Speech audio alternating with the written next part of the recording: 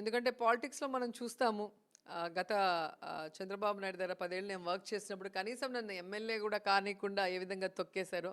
నేను జగనన్నని కోరిన కోరిక ఒకటే. టీడీపీ పార్టీలోకి చేరిన రోజా ప్రస్తుతం వీటికి సంబంధించిన విషయాలైతే సోషల్ మీడియా అంతటా కూడా ఎంతో వైరల్గా మారుతున్నాయి. టీడీపీ పార్టీలోకి చేరిందా రోజా అంటూ అందరూ ఎంతగానో ఆశ్చర్యపోతున్నారు. అసలు ఒకప్పుడు టీడీపీ పార్టీలో నుంచి ఆమెని తరిమేశారు కదా, మళ్ళీ టీడీపీ పార్టీలోకి ఎలా చేరుతుంది అంటూ అందరూ ఎంతో ఆసక్తిగా ఆశ్చర్యానికి గురవుతున్నారు.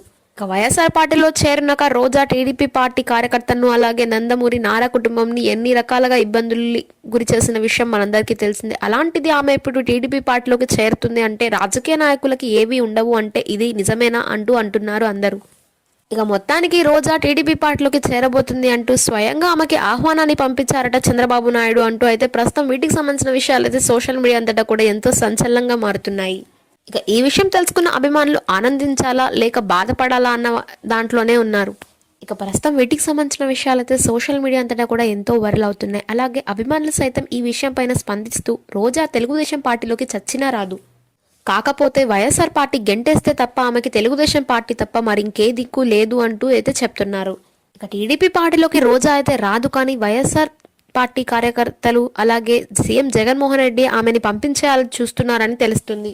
అందుకే ఈ విషయాలు తెలుసుకొని ఇప్పుడు అభిమానులు సైతం ఎంతగానో షాకింగ్కి గురవుతున్నారు.